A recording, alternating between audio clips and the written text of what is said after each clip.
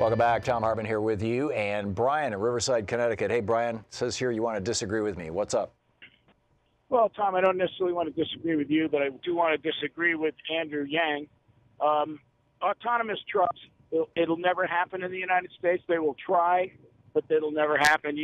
I drive an over-the-road truck. I've been doing it. I've had several trucks and several drivers with me for 40 years between Salt Lake City and Greenwich, Connecticut, New York. In fact, if you ever had a Idaho potato, I probably brought it. Mm-hmm.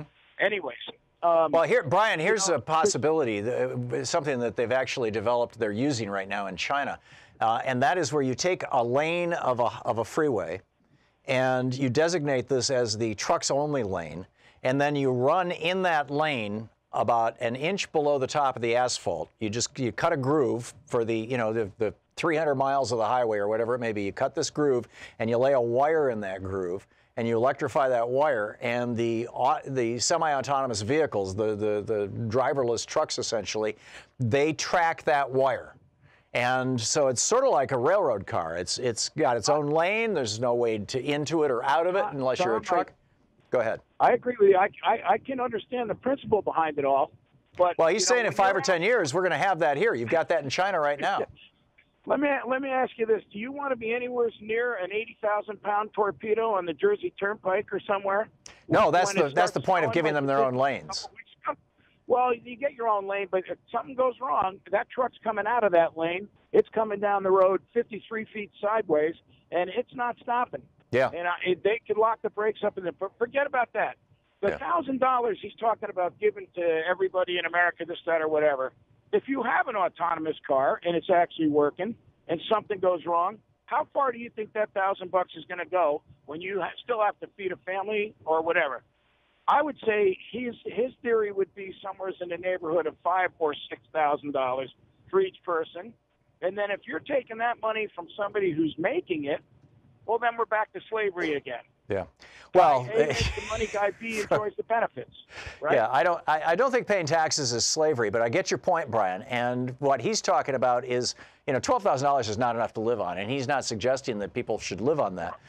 He's suggesting that basically it would be an infusion of wealth into, what drives an economy is spending. And this is, classic economics, Adam Smith 101.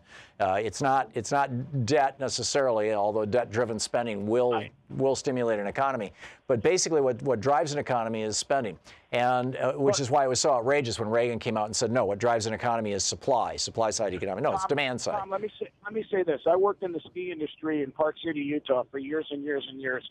And I had many conversations with the head of Snowbird, Alta, and Disneyland. I think it was Eisner or whatever his name was then. Yeah. Anyways, they always talked about the dollar. Now, if you notice, a ski lift ticket is almost the same price as it is to go to Disneyland for a day.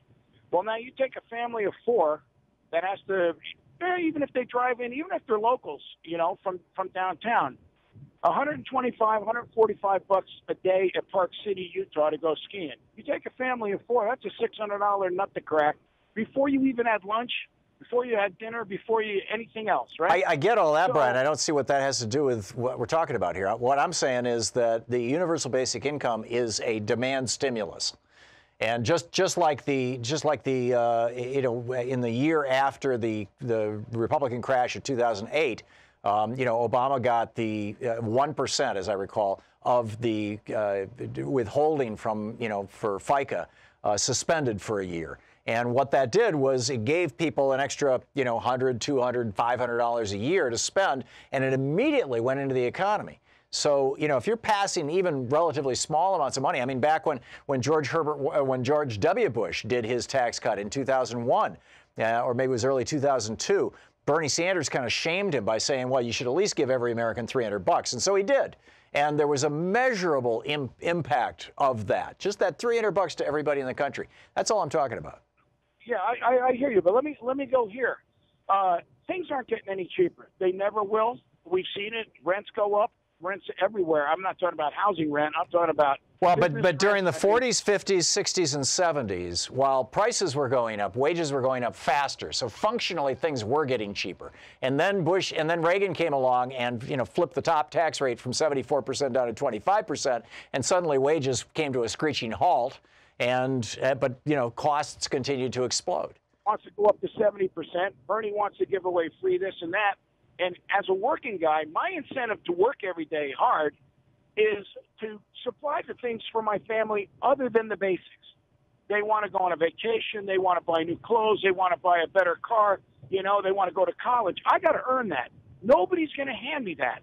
And this generation of the X generation or the millenniums, they got to understand they got to get out and bust their ass and work. It's never going to stop. You always have to have people. Brian, I'm a big fan of the work ethic, too. But that said, I think that there are a couple of areas that we are treating as if they should be privatized that really should be part of the public sphere, and in particular, education and healthcare. These are things where every other developed country in the world provides every family in their country with all the healthcare they need for free and all the education that they need, all the way up to an MD for free. And you've got the entire Republican Party saying, "Oh, we can't do that in America. We're too stupid." No, we're not too stupid, but we can't give away the farm when we have people coming in. It's not the farm. It's education and healthcare in every other country in the world. Costa Rica can do this. Louise and I went down to Costa Rica last year for some filming for this documentary that we're doing, and the cab driver, who drove us out to the rainforest. He was talking about how, I said, "What do you like about Costa Rica?" And he said, "I have free health care, and my family has free health care, and two of my three sons have gone to college for free." And he said, "Here in Costa Rica, we can do this. I don't know why you guys in America can't do it." And it's like, I don't know why either, except that we've got to have, the Koch brothers have to be able to go from being worth $10 billion 10 years ago to being worth $80 billion now, somehow magically through the wonders of the tax code and all this kind of stuff. It is a screwed up system. Brian, I got to move along, but thank you for the call.